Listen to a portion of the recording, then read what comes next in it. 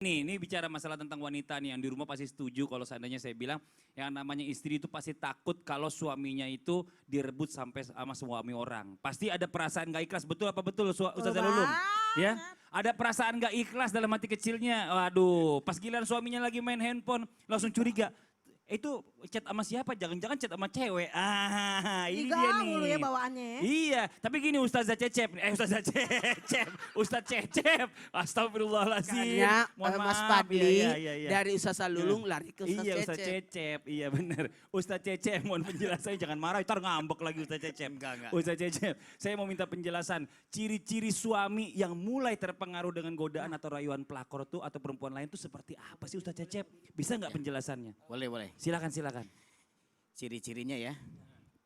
Assalamualaikum warahmatullahi wabarakatuh. Waalaikumsalam warahmatullahi wabarakatuh. Bismillah, alhamdulillah, wassalatu wassalamu ala rasulillah, wa ala alihi wa sahbihi wa mawalah amma ba'd. Ciri-ciri laki-laki yang mulai tergoda oleh pelakor, gampang. Apa tuh Ustaz Cecep? Apa yang tidak ada pada Ustadz Maulana. Kok bisa, maksudnya gimana ceritanya? Karena beliau adalah tipe orang yang setia. Oh iya benar. Dari sejak ada istrinya sampai meninggal pun luar biasa dia menjaga pandangannya. Yang jelas pertama adalah komunikasi. Kalau selama pernikahan itu biasa komunikasi itu intens ya. Semangat. Jadi dia tuh senantiasa ngasih kabar. Di kantor nih, baru nyampe nih. Wah gitu. Begitu ada pelakor, nggak ada kabar lagi tuh. Hilang semuanya tuh. Begitu itu hilang. Dari handphone, pernah ada seorang wanita yang bertanya, Pak Ustadz, pada 17 Ramadan ternyata suami saya itu diselimuti seluruh tubuhnya. Iya, malam-malam itu keluar cahaya Pak Ustadz dari dalam selimut itu. Apakah suami saya dapat Lailatul Qadar? Ibu, saya tidak tahu dia dapat atau tidak, yang pasti dia lagi main WhatsApp. Nah itu mungkin sedang selingkuh, nggak tahu juga kan. Ada perubahan ketika main handphonenya, mulai sembunyi-sembunyi.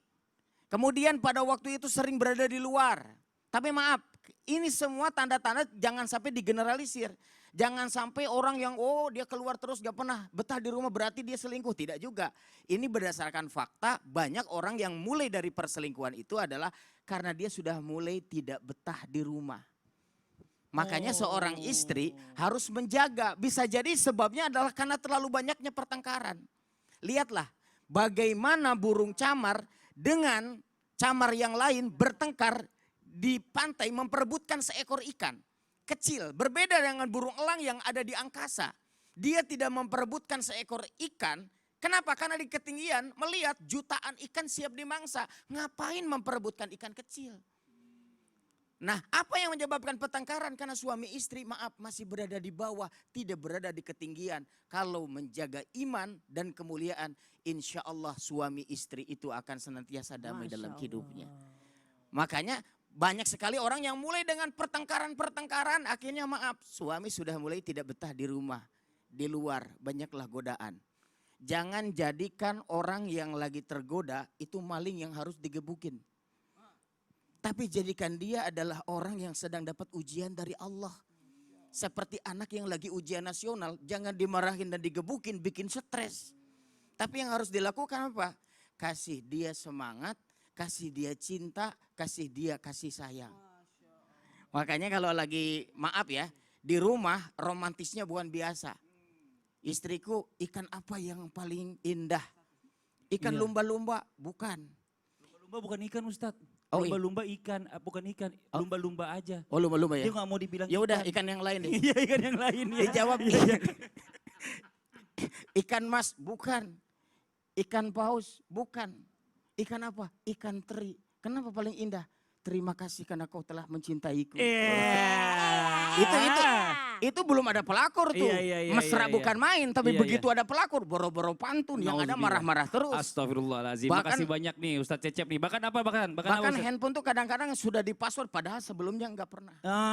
Jadi banyak ciri-cirinya ya bicara masalah tentang kebiasaan-kebiasaan yang hilang ini adalah merupakan ciri-ciri bahwa si salah satu pasangan ini lagi ada yang lain atau wanita idaman lainkah atau pria idaman lainkah. Nah ini kita harus perhatikan sama-sama bicara masalah kebiasaan yang berubah ini jangan dianggap sepele. Nah buat jamaah yang ada di rumah nih ya, kalau suami atau pasangan terlanjur selingkuh sama wanita lain, apa yang harus dilakukan? Seperti tadi Ustaz Cecep bilang nih, Apakah diomerin, dimaki-maki suaminya, begitu juga dengan pelakornya, atau bagaimana? Apakah mungkin sabar dengan dianggap ini ujian sekaligus penghapus dosa? Nah, yang di rumah jangan kemana-mana nih. Jawabannya akan kita bahas tuntas setelah yang satu ini. Tetap di Islam itu Indah. Jamaah, oh jamaah, alhamdulillah.